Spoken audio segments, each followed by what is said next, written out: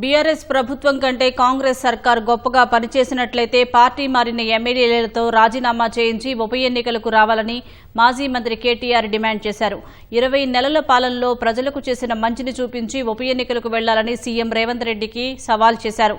హైదరాబాద్ శేరిలింగంపల్లి నియోజకవర్గంలోని ముఖ్య కార్యకర్తల సమావేశంలో పాల్గొన్న కేటీఆర్ బీఆర్ఎస్ 10 ఏళ్ల పాలనలో 2,85,000 కోట్ల రుణాలు తెస్తే సీఎం రేవంత్ 20 నెలల్లో 2,20,000 కోట్లు అప్పులు చేశారని విమర్శించారు. కేసీఆర్ చేసిన అప్పుతో హైదరాబాద్లో ఫ్లైఓవర్లు, అత్యాధునిక ఆసుపత్రులు, ఎస్టీపీలు కట్టారని వివరించిన కేటీఆర్ రేవంత్ రెడ్డి కనీసం కొత్త మురుగునీటి కాలువైనా కట్టారా అని ప్రశ్నించారు. హైడ్రా అరాచకాలతో హైదరాబాద్ రియల్ ఎస్టేట్ కుదేలైందన్న బీఆర్ఎస్ కార్యనిర్వాహక అధినేత కాంగ్రెస్ నాయకుల బ్లాక్మెయిల్ దందాల కోసమే హైడ్రా పనిచేస్తోందని ఆరోపించారు.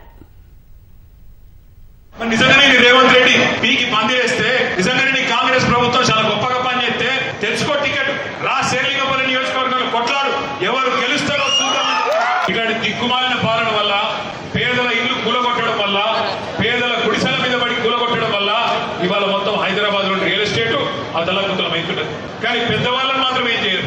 మీ శేరిలింగంపల్లి నియోజకవర్గంలోనే దుర్గం చెరువు ఉన్నది. అదే దుర్గం చెరువు FTL లో మనం ఉన్నప్పుడు కట్టింది కాదు. ఇదివరకు కాంగ్రెస్ ఉన్నప్పుడే రేవంత్ రెడ్డి వాళ్ళన్న అక్కడ ఇల్లు కట్టింది. మరి దమ్ముంది హైడ్రాకి రేవంత్